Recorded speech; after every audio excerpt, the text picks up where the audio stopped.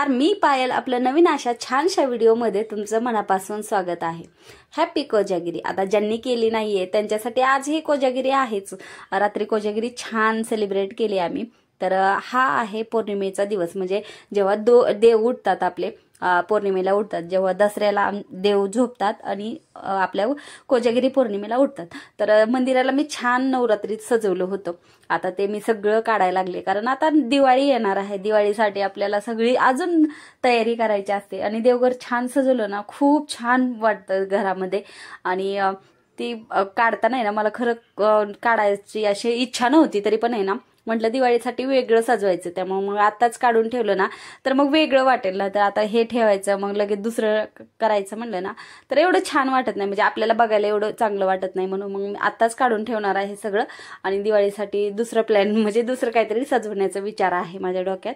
तर हे लक्ष्मीचे आहे ना ते नाही का दोरे आपण घेतो, तर ते दोरे आहे ना ह्याच्याबरोबर आहे ना गावाकडलं माझ्याकडे तसेच आले आहेत. तर हे दोरे महत्वाचे असतात, तर हे माझ्याकडेच आले सगळे. तर ते आता मला व्यवस्थित ठेवावं लागतील. तर आता पौर्णिमा म्हटलं की आता देव स्वच्छ करावे लागतात, कारण आता नवरात्रीमध्ये देव बसले होते तेव्हा, त्याच्यानंतर मग आपण जेव्हा देव उठले तेव्हा आहे ना स्वच्छ केले होते. तर आता आज ही मला स्वच्छ देव करायचे आहे, कारण आज पौर्णिमा आहे आणि आज आहे ना दही भाताचा नैवेद्य, ज्यांनी जे 9 दिवस उपवास केला असतील ना तर या दिवशीही परड्या भरल्या जातात. पण आता इथं काही परड्या अवेलेबल नसतात, पण मग मी देवाला आहे ना दही भाताचा नैवेद्य दाखवत आहे. तर परड्यामध्येही दही भात आणि नैवेद्य असं दाखवलं जातं, केळी. तर मी देवघरामध्येच आज दाखवून घेणार आहे आणि आजची छान पूजा करून घेतली. तर अशी पूजा आज करून घेतली आणि दहीभाताचा नैवेद्य दाखवला. आणि कोजागिरी होती तर कोजागिरीची पूजाही मांडायची होती. तर कोजागिरीची पूजा मी संध्याकाळीच मांडणार आहे, कारण 12 वाजता परत पूजा आपल्याला करावी लागते. आणि कोजागिरी हा थंडीमध्ये येतो ना, त्यामुळं असं थंडीचं वातावरण, ते दुधाचं इतकं छान वाटतं. आणि या रात्री महालक्ष्मी आहे ना देवी पृथ्वीवर फिरत असते आणि विचारत असते कोण जागरण करते, म्हणजे कोण जागा आहे असं देवी म्हणते, असं श्रद्धेनुसार म्हणलं जातं. तर या दिवशी आहे ना आपण जर देवीची पूजा केली तर आपल्या घरामध्ये समृद्धी, आरोग्य, सुख प्राप्ती होते. आणि ही पौर्णिमा आपल्याला आहे ना वातावरण एकदम स्वच्छ आणि थंडगार असल्यामुळे ना आपल्या शरीरासाठी खूप छान वातावरण असतं. आणि हे जर दूध आपण चंद्राच्या प्रकाशात केलं तर त्याचे चंद्राची किरणे हे अतिशय म्हणजे शुभ आणि आरोग्यदायी मानली जातात. जर ते दुधामध्ये पडले आणि तेच दूध आपण घेतलं ना, ते आयुर्वेदानुसार आहे ना खूप छान मानलं जातं. आणि ह्या दुधामध्ये छान मनशांती, पचनशक्ती असं असतं असं म्हणलं जातं. आता हे मी थोडंसं आहे ना वाचलं आहे, तेच मी तुम्हाला सांगते. आणि त्यामुळं असं वाटतं की असं आपण करायला पाहिजे. आणि कोजागिरीचं दूध आपण असं कधी मसाला दूध केलं ना त्याची टेस्ट एवढी छान नाही लागत, पण जेव्हा आपण कोजागिरीला हेच दूध चालण्यात असं घेतो ना तेव्हा खरंच त्याची टेस्ट आहे ना इतकी अप्रतिम लागते. आणि असं म्हणतात ते गुणकारी असं औषध आहे जे आपण कोजागिरीला दूध पितो. तर त्यामुळं आणि कसं होतं की कोजागिरीला छतावर जाऊन असं दूध बनवायचं, मग त्यामुळं मग आपले सगळे मित्र नंतर आजूबाजूचे असले ना खूप मजा येते. आपण गप्पा गोष्टी करतो, त्यामुळं वेळ कसा जातो कळतही नाही. आणि ह्या गोष्टी खरंच कधी कधी आहे ना महत्त्वाच्या वाटतात, कारण आपण सारखं तर भेटणं होत नाही. तर या दिवशी आपण भेटतो, सगळं करतो, त्यामुळं मग कोजागिरी तर खरंच करायला पाहिजे. आणि आता इथं मी पूजा करून घेतली. कोजागिरी पौर्णिमेची अशी पूजा लई तामझाम असं काही नसतं, त्यामुळं ही पूजा पटकन होते. आणि जे आपण सेवा करणार असतो ना ते 12 ते 12:30च्या या वेळेत करायचे असतात. आपल्याला लक्ष्मी प्राप्तीची सेवा करण्याची असते. त्याच्यामध्ये आहे ना श्री स्वामी समर्थांचा 11 माळ जप आपल्याला करायचा असतो, लक्ष्मी गायत्री मंत्र म्हणायचा असतो, विष्णू गायत्री मंत्र, कुबेर मंत्र, असं एक माळ जप करायची असते. आणि 16 वेळेस श्री सूक्त आणि पुरुष सूक्तही म्हणलं चालतं, परंतु एक व्यंकटेश स्तोत्र 1 वेळेस म्हणायचं. आणि गीतेचा 15वा अध्याय. एवढी सेवा आपण केली तर खरंच महत्वाची, पण एवढी होत नाही. तर आता फक्त ह्याच्यातील आपण थोडीफार करू शकतो. आणि कनक स्तोत्र तेही महत्वाचं असतं, आपण तेही म्हणू शकतो. आता याच्यातले आपल्याला जेवढे जमतात तेवढ्या करायच्या. तर मला जेवढ्या जमतील तेवढ्या मी केल्या. तर आता इथं मी पूजा दाखवते तुम्हाला. अशी मी पूजा केली आहे गणपती बाप्पाची. आणि कुबेराची आहे ना छोटीशी मूर्तीच होती, त्यामुळे मी सुपारी काय मांडली नाही. तर मूर्त्याच मांडल्या जे आहेत त्याच्याकडे, आणि जे नाही आहेत त्याच्या सुपाऱ्या मांडल्या. आता चंद्राचीही मी सुपारीच मांडली आहे आणि इथं अशी पूजा केली आहे. आणि पूजा खूप सिंपल असते त्यामुळं पटकन होते, पण आपल्याला आहे ना पूजा झाली तरी आपल्याला आहे ना दुसऱ्या सेवा करायच्या असतात, त्याला वेळ जातो फक्त. तर अशी पूजा केली आहे. पूजा कशी वाटली नक्की कमेंट करून सांगा. आणि रात्री मी आहे ना दूध बनवणार आहे आणि खरंच खूप छान बनलं होतं. मी तुम्हाला अगोदरच सांगितलं की मला असं दूध बिलकुल पण आवडत नाही. मी चहा दुधाचा पिईल, पण मला दूध बिलकुल पण आवडत नाही.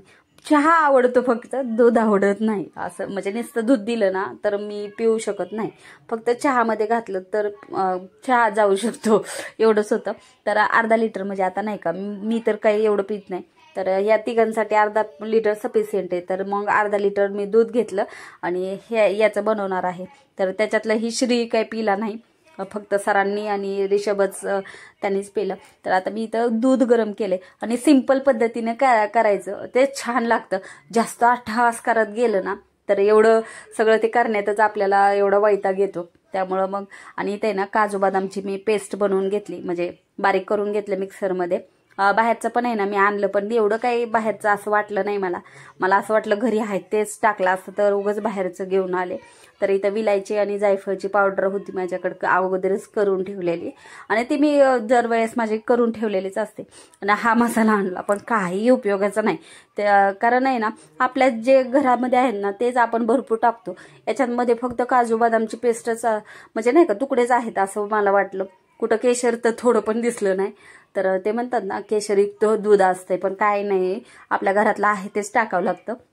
आता पुढे तुम्हाला दिसेल मी घरातलं सगळं टाकलं, ती पावडर टाकली तरी पण.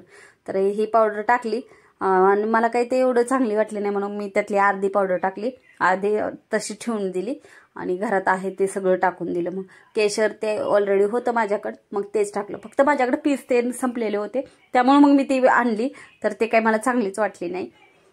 तर आता इथं मी केशर टाकलं आणि हे दूध छान उकळून द्यायचं, मग ते कलर उतरतो केशरचा. कधी कधी मी काय करते गरम पाण्यात थोडंसं दुधात थोडंसं केशर भिजत घालते, मग त्यामुळं खूप छान रंग येतो. तर आज तसं नाही केलं, मी डायरेक्टच त्याच्यात टाकून दिलं. असाही रंग खूप छान आला होता, पण टेस्ट बी खूप छान होती असं अशा पद्धतीने केलं.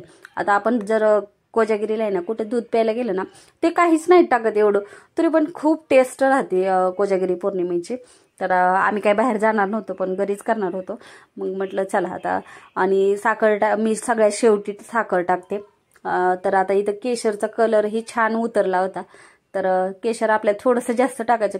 केशरचाही एक फ्लेवरच असतो, त्यामुळं खरं टेस्टमध्ये फरक पडतो.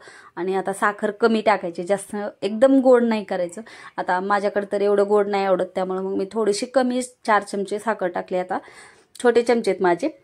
तर आता हलवून घेतलं आणि माझं केशरयुक्त दूध म्हणजे कोजागिरीचं दूध तयार आहे आणि ह्याचाच नैवेद्य आज दाखवला जातो देवीला. तर आता मी सरांना आणि ऋषभला दूध काढायला घेतलं. अगोदर म्हटलं होतं ग्लासमध्ये द्यावं, पण याच्यात खरंच खूप छान दिसत होतं म्हणून म्हटलं याच्यातच द्यावं. तर दूध देते त्यांना.